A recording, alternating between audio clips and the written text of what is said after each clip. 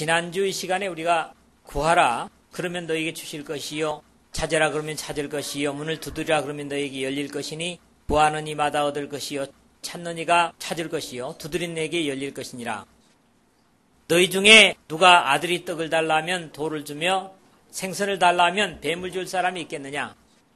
너희가 악한 자라도 좋은 것으로 자식에게 줄 알거든 하물며 하늘에 계신 너희 아버지께서 구하는 자에게 좋은 것으로 주시지 않겠느냐 하는 말씀을 가지고 마무리를 했었는데, 사실 오늘 우리가 읽은 첫 부분 12절은 지난주의 말씀에 말미에 연결되어지는 그런 말씀으로 너무나 유명한 황금률이라고 하는 말씀입니다. 그런가 하면 오늘 나머지 두 절은 우리 기도인의 삶의 점검으로 대단히 중요한 말씀입니다. 단 두 절이지만 이 말씀 속에는 천국과 지옥의 갈림길이 있고, 우리가 천국 백성이라면 당연히 어느 길을 가고 있어야 하는가와 미래에도 어떤 길을 선택해야 하는가에 대한 경계를 주고 있다는 데서 대단히 중요한 경계의 교훈이라고 생각되어집니다. 이 산상복은 마지막 장인 7장이 경계의 교훈이기 때문에 지켜질 때만이 복이 되는 말씀이라고 이 7장을 시작하면서도 말씀을 드린 바 있습니다.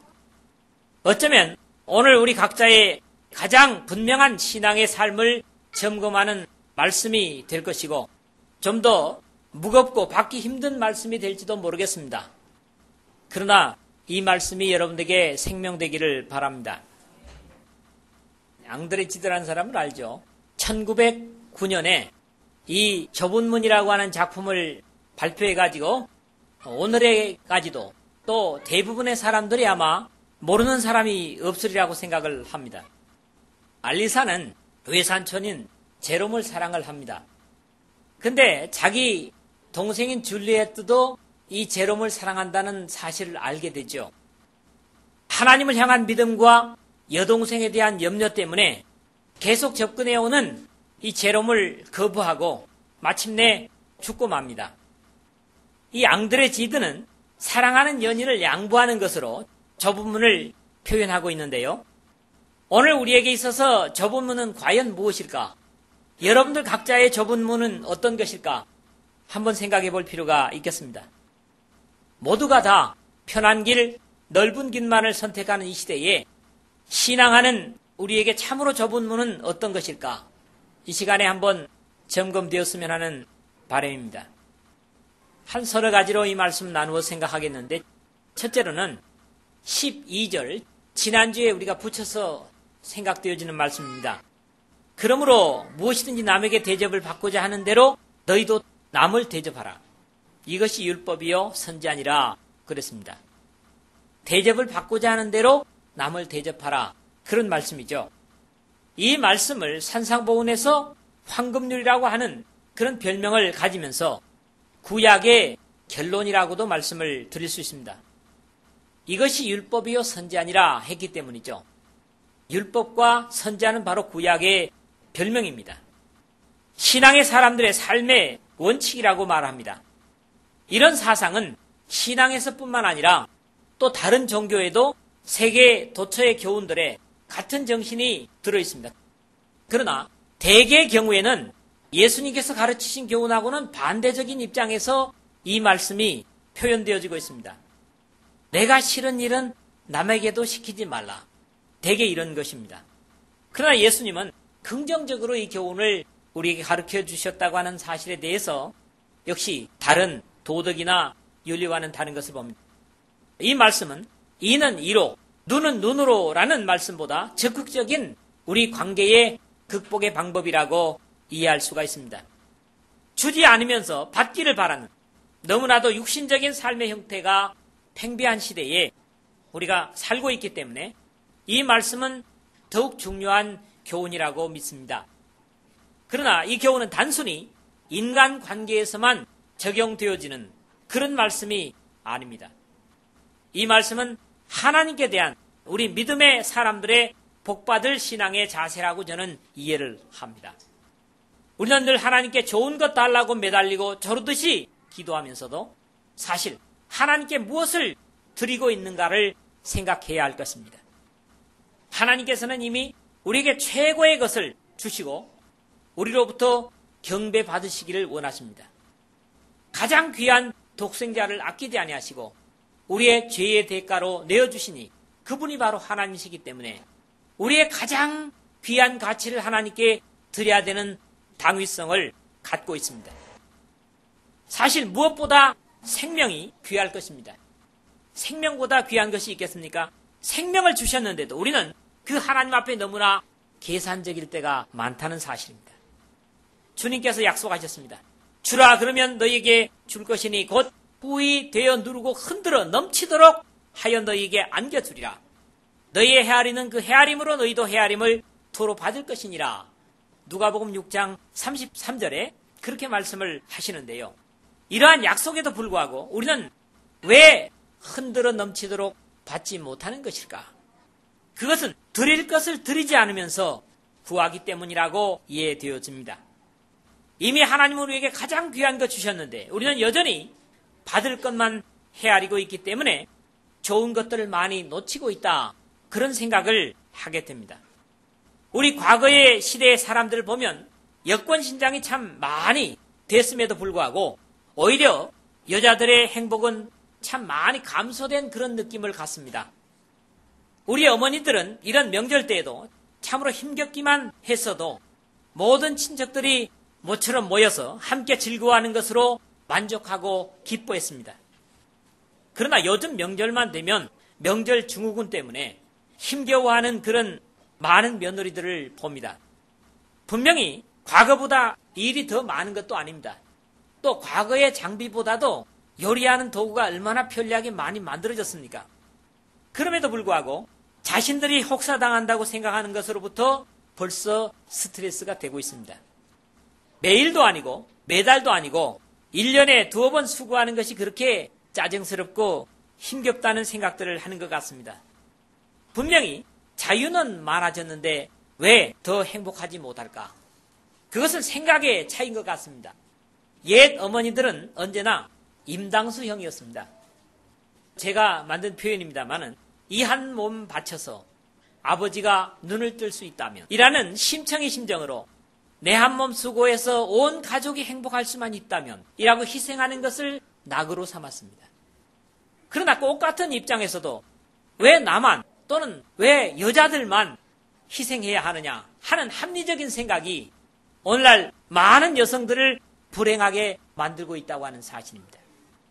어쩌면 이런 생각이 고루하게 들려질 수 있겠지만 분명히 우리가 삶 속에 겪어본 것은 그러했습니다. 제가 너무 세상적인 이야기를 한 것 같습니다만은 하나님께 좋은 것 받기를 원한다면 나의 부스러기로 주님을 섬길 것이 아니라 나의 최고를 주님께 드려야만 합니다.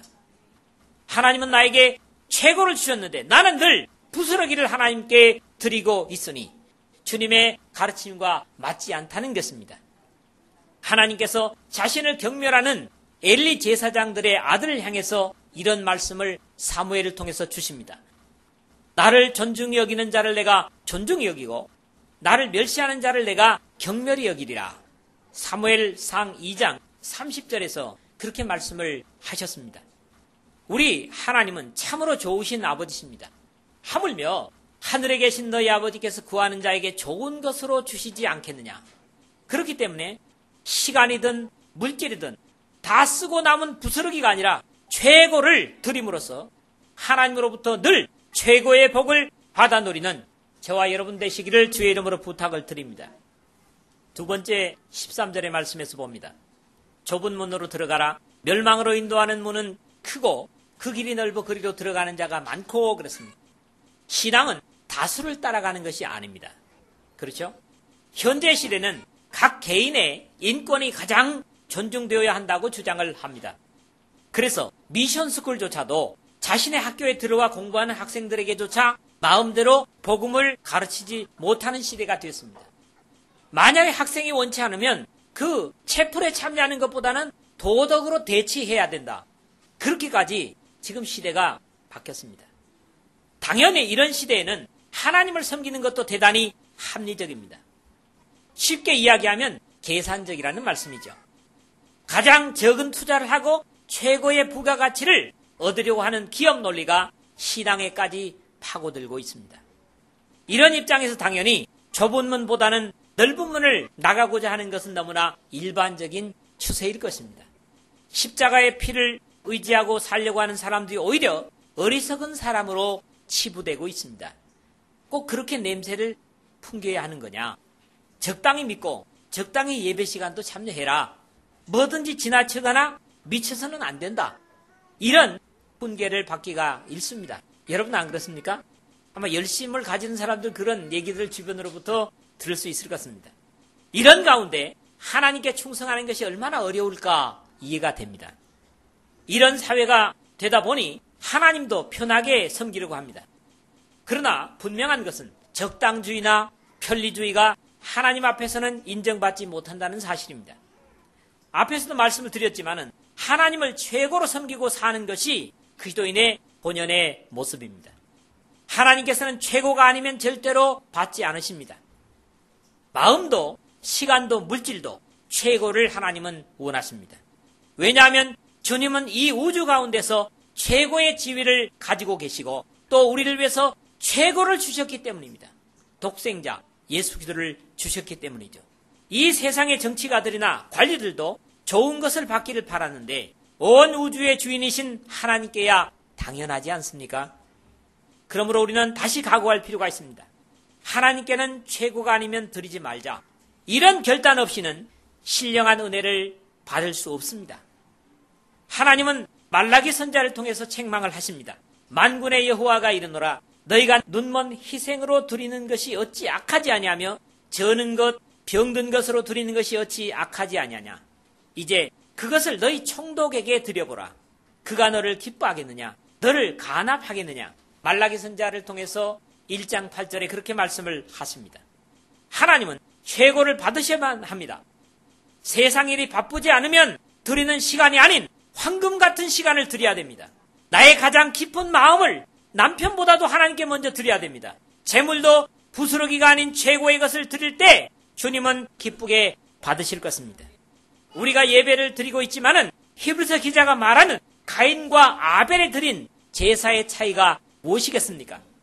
믿음으로 아벨은 가인보다 더 나은 제사를 하나님께 드림으로 의로운 자라 하는 증거를 얻었으니 하나님이 그 예물에 대하여 증거하심이라. 저가 죽었으나 그 믿음으로써 오히려 말하느니라.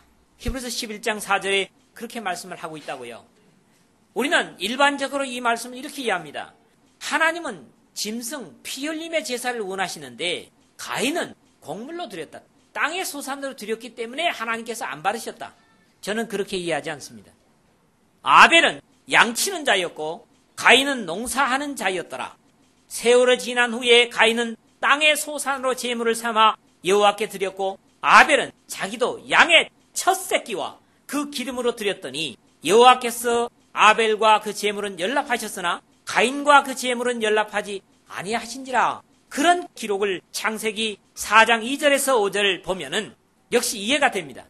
그 차이는 가인은 있는 것 중에 그냥 일부를 드렸지만은 아벨은 최고의 것으로 드린 것으로 이해하면 됩니다. 양의 첫 새끼를 드렸다는 거죠. 이게 바로 가인과 아벨의 차이입니다. 왜 제가 이렇게 말씀드리냐 하면 그때는 이전까지 짐승의 제사를 바쳐라는 명령이 구체적으로 없었습니다. 그렇기 때문에 가인과 아벨의 차이는 바로 이거였다는 거죠. 가인은 형이지만 자기 있는 것에서 일부를 드렸고 아벨은 양의 첫 새끼를 드렸다는 거예요. 요즘에 많은 사람들이 하나님에 대한 사랑과 구원에 대한 감격보다는 지옥 가는 것이 무서워서 신앙생활을 유지하는 사람들이 많습니다. 이런 우리의 모습에 결코 생명을 나타낼 수 없습니다. 하나님을 향한 믿음도 있어야 되고 또 하나님을 향한 믿음을 많은 사람들이 마치 사회에서 가지는 지위, 우리가 걸치는 액세서리 이런 정도로 생각을 하는 부류의 사람들이 있는 것 같습니다. 많은 사람들이 신앙조차도 이 세상을 뽐내며 살기 위해서 걸치는 액세서리 정도로 생각하는 경향이 있습니다. 그러나 이런 일반적인 생각 속에서도 신앙은 우리 인생에 가장 먼저 챙겨야 할 가치입니다. 믿습니까? 믿음의 사람들이라면 분명합니다. 이것이 흐트러지면 우리 인생의 모든 것이 다 무너지게 돼 있습니다. 세 번째로 13, 14절의 말씀인데요. 세상적으로 힘겹고 어려운 문이 바로 좁은 문을 선택하는 것입니다. 생명으로 인도하는 문은 좁고 길이 협착하여 찾는 이가 적음이니라. 여기서도 생명의 길은 모든 사람들이 일반적으로 가는 길이 아니라 힘겹기 때문에 찾는 이가 적다. 이렇게 예수님께서 이미 인정을 하고 계십니다. 우리는 역사 속에서 언제나 좁은 문을 선택했던 신앙의 선진들의 모습을 살피면서 오늘 우리들의 선택을 살폈으면 합니다.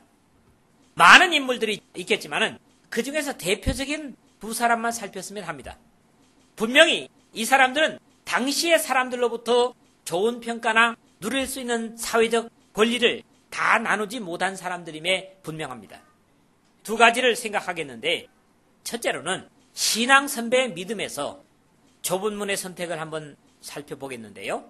노아의 삶에서 보겠습니다. 첫째로는요, 당시의 상황에서 사회적으로 어울리지 않는 삶을 산 것이 분명합니다. 노아는요, 죄는 극에 달했고 성경의 창세기 6장을 보십시오.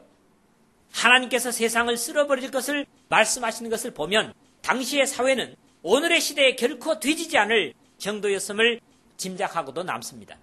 그런 사회적 환경에서 노아와 그의 가족들은 당시의 모든 편리나 제도를 거부하고 하나님의 뜻에 맞추는 삶을 산 것 자체가 그저 놀라울 뿐입니다.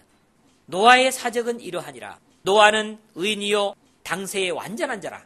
그가 하나님과 동행하였으며, 창세기 기자는 6장 9절에 기록하는 것을 보면 깨달을 수가 있습니다. 우리는 노아의 연대 속에서 많은 것을 생각할 수 있습니다. 방주를 지으라는 하나님의 명령을 순종하려 했을 때 분명히 여러 가지 비난과 조롱을 받았을 것이 분명합니다. 아니, 생전 배라고 모르는 사람이 저렇게 큰 배를 짓는다고 설치니 저 노아 양반이 정신이 나간 게 아니겠어? 아니, 착한 건 사실이지만 머리가 좀 이상한 건 분명해. 뭐 그런 사람들로부터 수군거림을 들었을 수도 있겠다고 생각을 해봅니다. 그럼에도 불구하고 자신의 전문 분야도 아니고 힘에 감당할 것 같지 않은 하나님의 명령을 순종했다는 사실입니다. 한 가지 더 신기한 것은 방주를 지으면서도 굶지 않고 살 뿐만 아니라 홍수 때를 넘길 수 있는 동물들과 자신의 가족들의 식량을 비축할 수 있었다고 하는 것이 더 신기합니다. 하나님은 자신의 명령을 준행하려고 좁은 길을 들어서는 사람들의 삶을 책임지시는 것을 여기서도 확인할 수가 있습니다. 우리는 몇 주 전에 공부했죠? 먼저 그의 나라와 그의 의를 구하라. 그리하면 이 모든 것을 너희에게 더하시리라. 이 말씀은 이미 노아의 가족에게서 검증된 사실입니다. 마지막에 우리가 하나님 앞에 섰을 때 변명할 수 없는 이유는 바로 노아도 모델이 될 것이기 때문입니다. 하나님은 노아를 봐라. 너희보다 더 어려운 상황에서도 나의 명령을 준행하며 믿음으로 살아냈다. 라고 자랑하실 것입니다.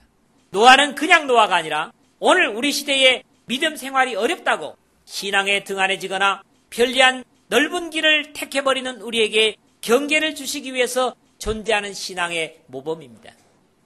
두 번째 모델을 아브라함으로 선택을 했습니다. 갈대아 우르에서 하나님의 명령을 받은 아브라함 당시에도 오늘처럼 영적으로 음란하고 방탕한 시대였고, 특히 내 친척 아비집을 떠나라 하는 명령을 받고 하나님의 말씀을 실천에 옮기려 할 때 주위의 친척들의 만류도 많았을 것이 너무나 분명합니다. 그렇게 생각되지 않습니까? 가족을 떠난다는 것은 죽으러 가는 거나 마찬가지로 어리석은 짓이야. 깊이 생각해봐. 등등 가까운 친척들이 말렸을 것은 분명합니다. 사실 하나님의 명령보다 합리적인 생각을 깊이 하면 할수록 하나님의 뜻과는 멀어지는 것이 사실이지만, 그럼에도 아브라함 내외는 이 좁은 길을 택해 나섭니다. 그것도 장래를 기약할 수 있는 후손도 없는 상황에서 이 무모한 도전을 향하여 발걸음을 옮긴 것입니다. 그리고 인간적으로는 모자라기 이를 데 없는 이 아브라함이지만 자식들에게도 같은 믿음을 전해주고 있다는 사실입니다. 나중에 이삭에 순종하는 모습은 아브라함이 하나님께 순종하는 모습을 배워서일 것이라는 판단을 하게 할 정도입니다. 아브라함의 믿음은 자녀들에게도 그대로 계승되고 있는 것을 읽을 수 있습니다. 믿음으로 저가 외방에 있는 것 같이 약속하신 땅에 우거하여 동일한 약속을 유업으로 함께 받은 이삭과 야곱으로 더불어 장막에 거하였으니, 히브리서 11장 9절에 그런 기록이 이것을 증명한다고 이해를 합니다. 어찌 보면 정체 없는 나그네 인생을 봐왔던 이삭이 또는 야곱이 아버지 나는 그렇게 살기 싫어요. 우리도 한 군데 정착하며 삽시다. 막연한 약속 하나님 봤어요? 이루어지지 않았잖아요.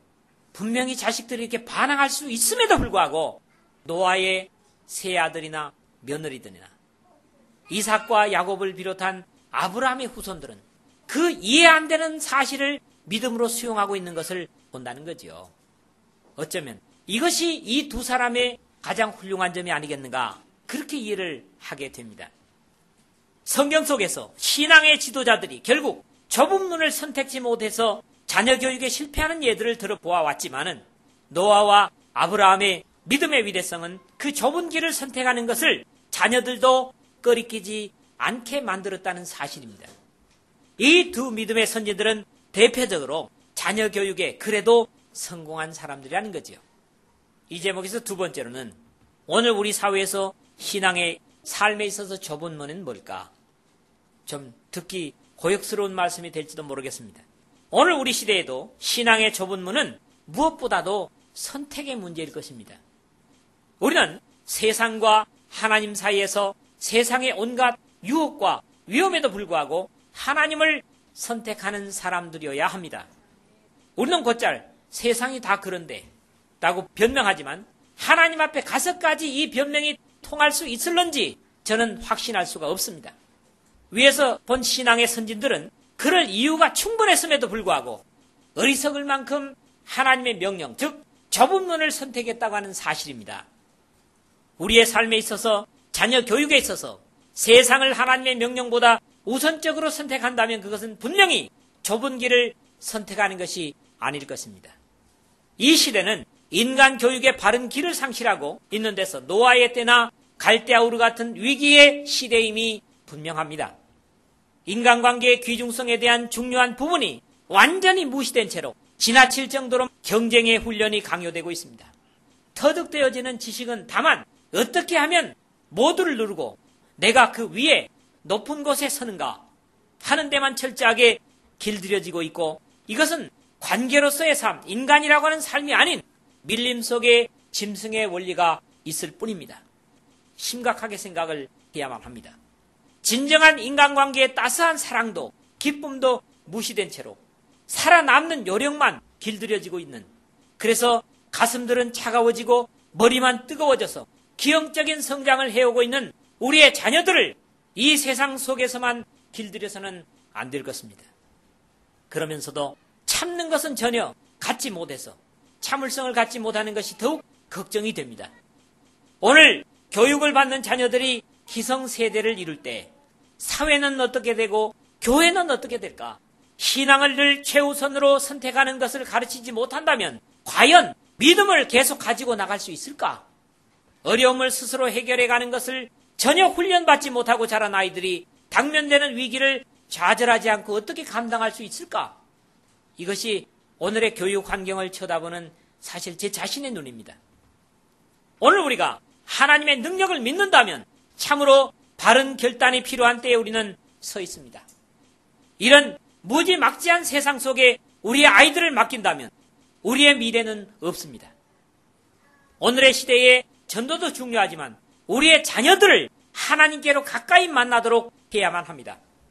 그렇지 않으면 넓은 길의 끝은 멸망이지 생명이 아니기 때문입니다. 우리가 이미 늦었다고 할 때가 가장 이르다고 하는 말씀도 있습니다. 자녀들에 대한 세상의 익숙보다는 신앙에 대한 훈련, 여러분들이 다시 각성하는 것도 역시 좁은 길을 선택하는 이 시대의 신앙의 사람들의 과제로 이해되게 됩니다. 마지막으로 네 번째 정리하면서 마치겠는데, 그러나 좁은 문은 생명의 길이요 영광이 기다리는 문이라는 사실입니다. 오늘 우리가 그리스도인이라면 자녀나 남편, 아내에게 갖는 관심과 투자 이상으로 주님을 섬기고 위할 수 있어야만 합니다. 하나님보다 더 위하는 것이 있다면 그것이 바로 우상입니다. 여러분, 자녀들과 하나님 사이에 누구에게 더 잘하고 있습니까? 솔직히 우리 자신들에게 한번 물어봅시다. 우리는 하나님께 늘 천국뿐만 아니라 좋은 것 받기를 원하면서도 우리는 하나님을 최고로 대우하지 못하는 모순된 삶의 자세를 가질 때가 많습니다. 무엇이든지 남에게 대접을 받고자 하는 대로 너희도 남을 대접하라는 명령은 분명히 사람 관계 속에서도 그리고 하나님께 대해서도 복된 사랑과 승리할 수 있는 삶의 비결입니다. 그렇기 때문에 황금률이라고 하는 거 아니겠습니까? 사실 우리 모두는 남에 대한 배려를 할 수 없었던 죄의 사람들이었고 생각 없이 넓은 문으로 갈 수밖에 없었던 사람들이었습니다. 저는 제 자신이 그렇다고 확신합니다. 그러나 주님은 자신을 십자가의 희생의 제물로 주심으로 우리에게 좁은 문으로 들어갈 수 있는 자격을 주시고 우리가 좁은 문의 귀중성을 알게 하시고 오늘도 그 좁은 문으로 들어가도록 계속 격려하고 계십니다. 예수께서는 요한복음 10장 7절에서 그러므로 예수께서 다시 이르시되 내가 진실로 진실로 너희에게 말하노니 나는 양의 문이라. 그리고 9절에 가서 내가 문이니 누구든지 나로 말미암아 들어가면 구원을 얻고 또는 들어가며 나오며 꼴을 얻으리라고 약속을 하십니다. 그러나 양의 문이신 예수님의 문이 결코 우리의 생각처럼 쉬운 것은 아닙니다. 십자가를 지는 문이요 옆에 좁은 길이기 때문에 걸려 넘어지는 길입니다. 그럼에도 불구하고 주님은 이 양의 문이신 자신을 향해서 들어올 것을 우리에게 당부하고 계십니다. 좁은 문과 넓은 문은 언제나 우리 가장 가까이에 있습니다. 저는 그렇게 생각합니다. 주님은 이 두 문의 선택에 있어서 강제적일 정도로 명령을 하십니다. 그래, 좁은 문과 넓은 문이 있다. 그러니까 너희 좁은 문을 선택하는 게 좋을 거야. 신상이 좋을 거야. 장래 좋을 거야. 이렇게 말씀하시지 않는다는 거죠. 좁은 문으로 들어가라! 명령을 하신다는 사실입니다. 왜 주님은 구태에 우리에게 어려운 문을 들어가라고 명령을 하시겠습니까? 왜냐하면 이 두 가지 문의 마지막은 너무나 다르고 하나님은 모든 사람이 구원을 받으며 진리를 아는데 이르기를 원하시기 때문입니다. 하나님은 그 좁은 문과 넓은 문의 결과를 너무나 극명하게 잘 보고 계시기 때문에 우리에게 그런 명령을 하고 계신다는 사실입니다. 믿습니까? 이 말씀을 들으면서도 우리는 이 일 없어. 그건 강단에서 나 외치는 말이지 우리하고 상관없어. 라고 마음속으로 자위한다면 조심할 필요가 있습니다. 바울은 경고합니다. 저희가 평안하다 안전하다 할 그때에 잉태된 여자에게 해산 고통이 이름과 같이 멸망이 호련히 저희에게 이르리니 결단코 피하지 못하리라. 데살로니가전서 5장 3절에 그렇게 말씀을 합니다. 이 좋은 명절날에 제가 전하는 말씀이 너무나 여러분에게 무게를 느끼는 말씀인지 모르지만은 이 말씀이 여러분 순종이 된다면 분명히 결과는 생명의 기름이 분명합니다. 이 말씀이야말로 사랑의 관계의 기초이면서 생명의 삶을 살아내는 복된 교훈의 말씀입니다. 믿습니까? 이 말씀을 모두 순종해서 주님의 기뻐하시고 선하시고 인자하신 사랑과 은혜와 생명을 풍성히 받아 누리는 저와 여러분 되시기를 주님의 복되신 이름으로 부탁을 드립니다.